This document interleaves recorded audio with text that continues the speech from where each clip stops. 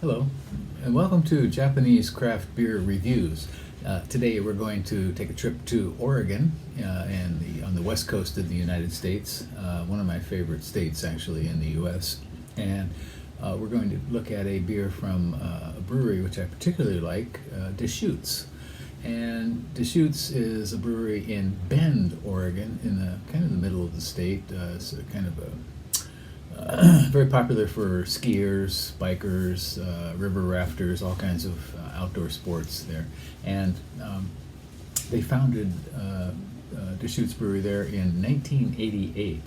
And they grew quite quickly, and actually by 2016 they were the 8th largest craft beer brewery in the United States. And they've also opened a tap room restaurant in Portland, Oregon, and that's where I've sampled most of their beers when I was in town. I used to go to Portland quite a bit before the pandemic. And I've been to Bend also as well. They have a nice restaurant and tap room there near in the middle of Bend. And this beer we're going to look at today is this one.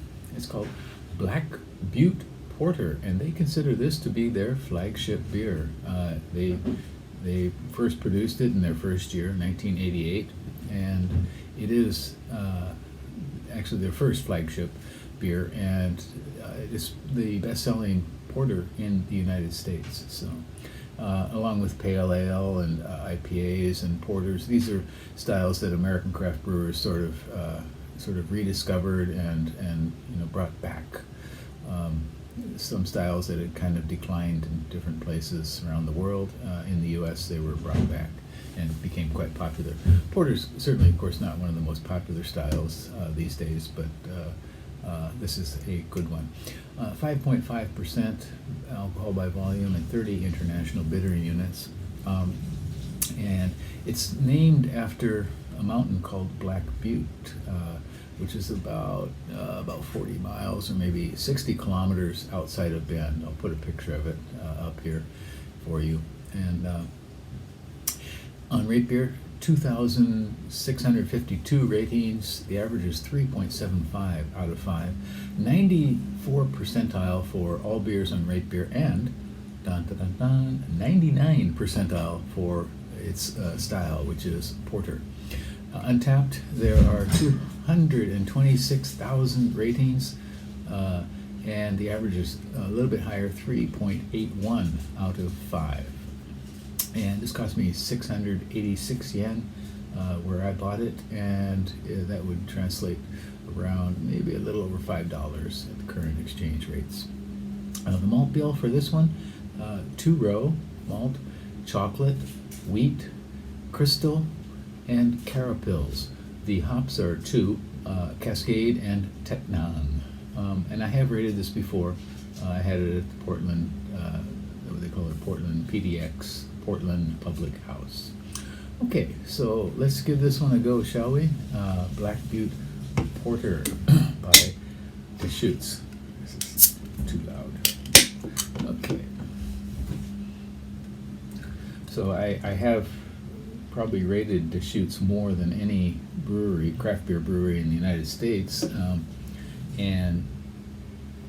but not in Japan because I haven't found it until recently, and I did find it.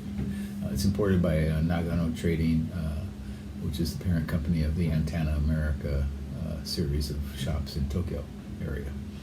Okay, it is of course perfectly pitch black, and you cannot see any carbonation rising there. Very thin, sort of kind of almost filmy, dark tan head. Okay, ooh.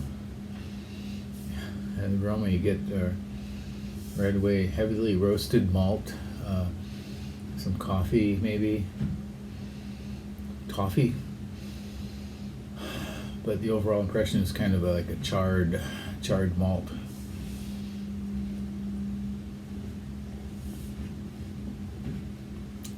Light coffee, some light chocolate maybe. It does have a light burnt aspect in the flavor as well.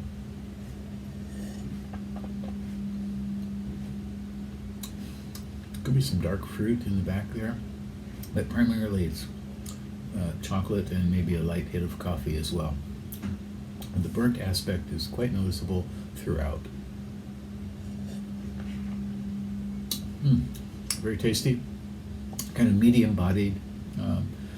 People talk about the difference between a porter and a stout, and I won't get into it here, but basically a stout should have a little bit more body, or a lot more body, than a porter.